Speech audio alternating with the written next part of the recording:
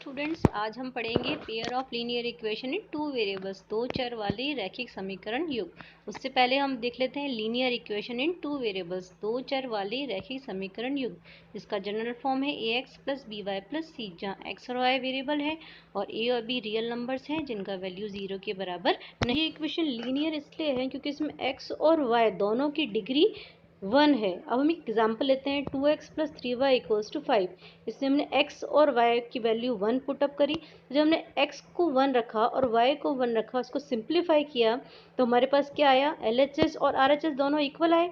इसका मतलब 1,1 इस इक्वेशन का या इस समीकरण का हल है। अभी हमने एक लीनियर इक्वेशन देखी थी, अब हम उनका पेयर देखते हैं। उसका जनरल फॉर्म है a1x plus b1y plus c1 equals to 0, a2x plus b2y plus c2 equals to 0। ये दोनों हमारे पास अलग अलग इक्वेशन हैं, जहाँ a1 b1 c1 a2 b2 c2 वास्तविक संख्याएं हैं, रियल नंबर्स हैं। हमारे पास x और y क्या हैं, वेरिएबल्स हैं। हम एक एग्जाम्पल लेते हैं 2x plus 3y minus 7 equals to 0, 9x minus 2y minus 8 equals to 0। हम इसके अंदर सिर्फ a1 b1 c1 a2 b2 c2 की वैल्यू निकालते हैं। तो हम देखते हैं इसके अंदर हमारा a1 है, उसकी वैल्यू 2 है, b1 की 3, c1 की माइनस 7, a2 की 9, b2 की माइनस 2 और c2 की माइनस 8।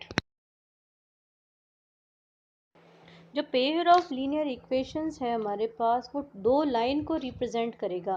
तो वो दो लाइंस हैं, वो एक दूसरे को इंटरसेक्ट करती हुई प्रतिच्छेदी रेखाएं हो सकती है, एक दूसरे के समांतर चलती हुई पैरेलल लाइंस हो सकती हैं, या फिर तीसरा केस है कि संपाती हो सकती हैं, एक दूसरे को कोइंसाइड करती हुई लाइंस हो सकती हैं।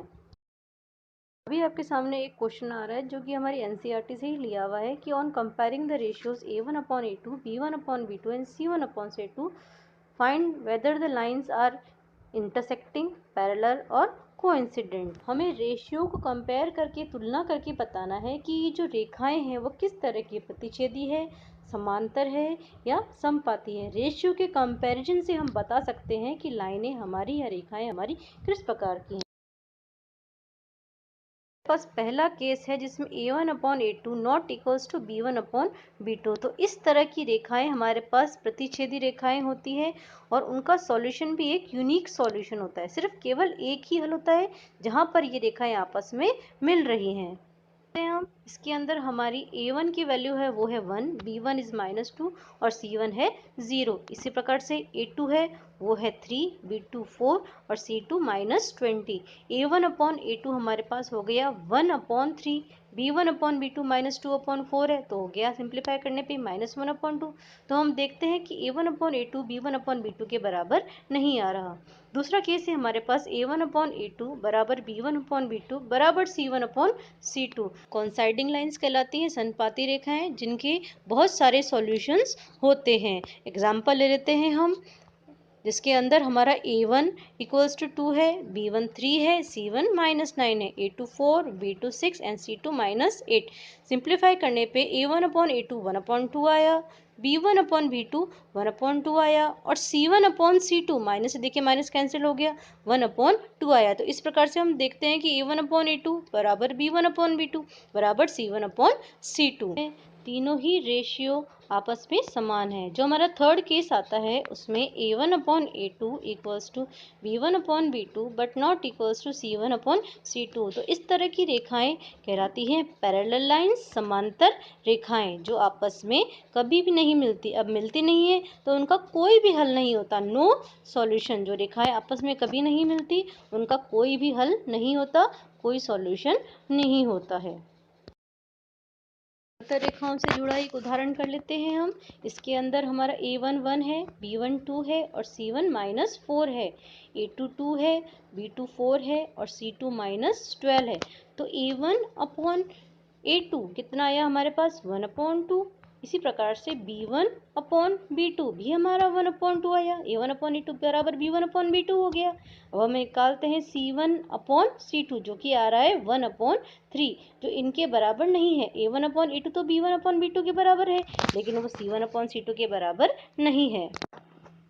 अभी हमारे सामने दो चर वाले रैखिक समीकरण युग्म है, pair of linear equation in two variable.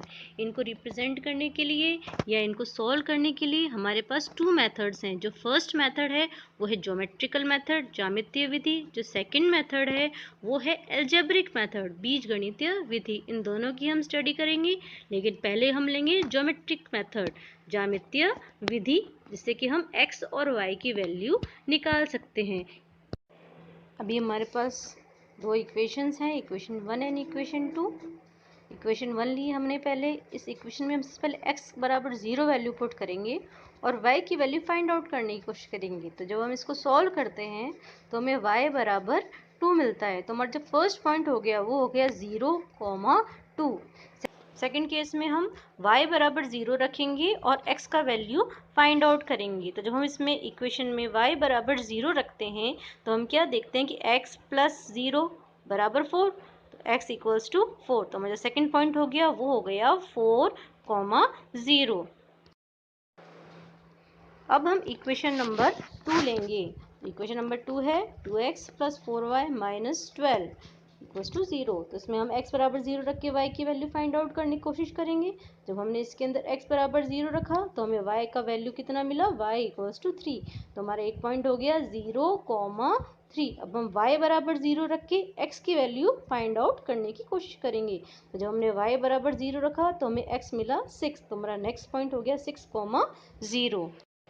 In equations को हम पॉइंट्स के थ्रू ग्राफ के ऊपर रिप्रेजेंट करने की कोशिश करेंगे। तो हमारा जो पहला पॉइंट है वो है 4,0, जो रेड डॉट पे आया है, और सेकंड है 0,2। तो हम इक्वेशन 1 की लाइन को रेड लाइन से रिप्रेजेंट कर रहे हैं। इक्वेशन 2 में हमारा जो फर्स्ट पॉइंट है वो है 6,0, जो कि ब्लू डॉट से रिप्रेजेंट हो रहा है। सेकंड है 0,3। तो सेकंड लाइन की इक्वेशन को हमने ब्लू लाइन से रिप्रेजेंट किया है। रेड कलर की लाइन है उसके इक्वेशन है x प्लस 2y माइनस 4, और जो ब्लू कलर की लाइन है इसकी इक्वेशन है 2x प्लस 4y माइनस 12। तो हम क्लियरली देख सकते हैं कि दोनों लाइनें किस तरह की रेखाएं, समांतर रेखाएं जो आपस में कभी नहीं मिल रही, इसलिए इनका कोई भी हल नहीं है। It has no solution.